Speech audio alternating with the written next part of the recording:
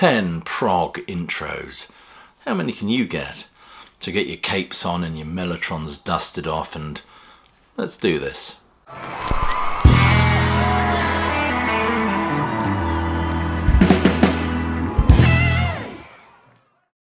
Welcome classic rock fans to another quiz.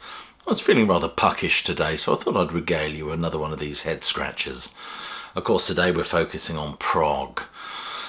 If you get 50% right, you are a legend. Get 100% right and you are officially a god.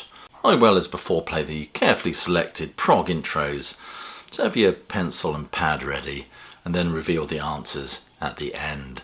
So don't be a cheaty pants. I will say click like, subscribe and check that notification bell. It all helps the algorithm, helps the channel to grow. And check some of the links below this video for ways you can support the sterling work done at Classic Album Reviews. Always much appreciated.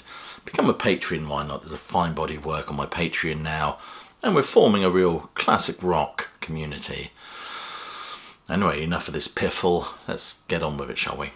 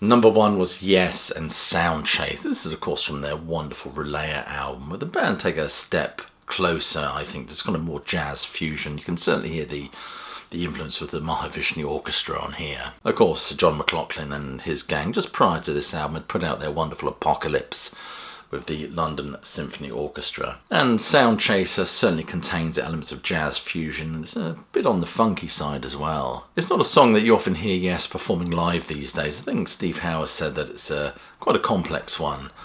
Steve Howe said at the time that it's an indescribable mixture of Patrick's jazzy keyboards and my weird sort of flamenco electric guitar. And number two is Jethro Tull's The Passion Play from 1973. What a fine album that is. As we follow the afterlife exploits of Ronnie Pilgrim, from his death on the Fulham Road to his ascendancy to the viewing room and in the presence of the Almighty, before he samples the nether regions, so to speak, by being cast down to the foot of the stairs. A fabulous album, and do check out those Chateau d'Ereville recordings. Number three is Emerson, Lake and Palmer and the Barbarian. I think it's from 1970. This has been attributed to all three ELP members. It started off as a piano piece before the whole band reworked it. There's some heavy, almost metal-like bass added by Greg Lake.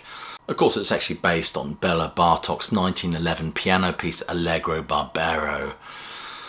And apparently Bartok's estate were not happy and sued Emerson, Lake and Palmer, and so they should.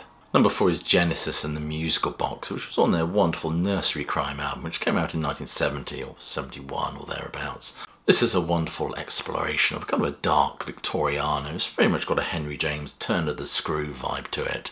Of course, it's the coming together of that classic lineup, and Steve Hackett already making his mark on the album by using his guitar to create an almost musical box refrain. And of course, live Peter Gabriel would adorn all manner of masks and strange costumery to entertain us with. Anyway, number 4 is Genesis and the Musical Box. Number 5 is King Crimson and I Talk to the Wind from their 1969 masterpiece In the Court of the Crimson King. Not its full title, but you know what I mean. Many consider this to be the first progressive rock album, which of course is debatable, but I'm happy to go with that. But what's interesting about this track is it comes directly after the very dark cacophony of the 21st century schizoid man. It provides a breather, I think, with these kind of almost lulling pastoral feel. And Ian MacDonald's flute that certainly defines the intro to this song and is certainly one of the lead instruments throughout. And number 6 is Van de Graaff Generator and Killer from their H to He Who Am the Only One album. Fabulous album. I actually prefer that album to Pawn Hearts, which is probably sacrilege to say that. The song describes the feelings of loneliness and isolation of a killer shark because he is killing everything. It also refers to the anguish of people isolated from society, like misfits, killers, and general sort of ne'er-do-wells. Number 7 is Camel, Never Let Me Go. This was the first single this band ever released. It was from their first album, obviously. The B-side was interesting. That was Peter Barden's song Curiosity. This is certainly considered one of Camel's signature songs. I think it takes, it's usually featured in their set list even to this day. Number 8 is Catherine Howard and Rick Wakeman. This, of course, is from Rick's iconic now album, The Six Wives of Henry VIII. What's interesting about this is Chaz Cronk plays bass on this. It's probably kind of a bit of crossover from Rick Wakeman's association with the Strawbs. Although Chaz Cronk said he remembers an atmosphere of total confusion while this album was being made, which doesn't surprise me. Number 9 is Rush and 2112. I know a lot of you will be saying, oh come on, Rush is not prog. I totally disagree. They're a little bit late to the prog party maybe, but prog they are. Even though they are Canadian, of course, we'll have to forgive them for that.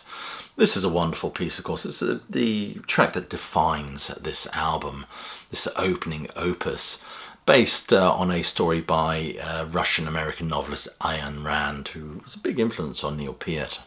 Number 10 is Pink Floyd's Welcome to the Machine from 1975. A fabulous album, a meditation on absence, as well as the machinations of the music industry, as well as being an elegy for their fallen bandmate Syd Barrett. All that guilt is expunged. So there you are, 10 prog intros. How many did you get? Are you a legend, or maybe you're officially a god? Maybe you're a prog equivalent of a 7-stone weakling that on the beach gets copies of Lark's Tongues in Aspic kicked up in his face. Anyway, leave your score below. I'd love to hear how you got on, and I will urge you again to click like, subscribe and check that notification bell. Please share this video if you enjoyed it. Anyway, I hope I haven't annoyed you or befuddled you too much. Please let me know how you got on in the comments below. I'll leave you with my closing salvo, which is hope you're well, staying safe, and of course that you keep listening.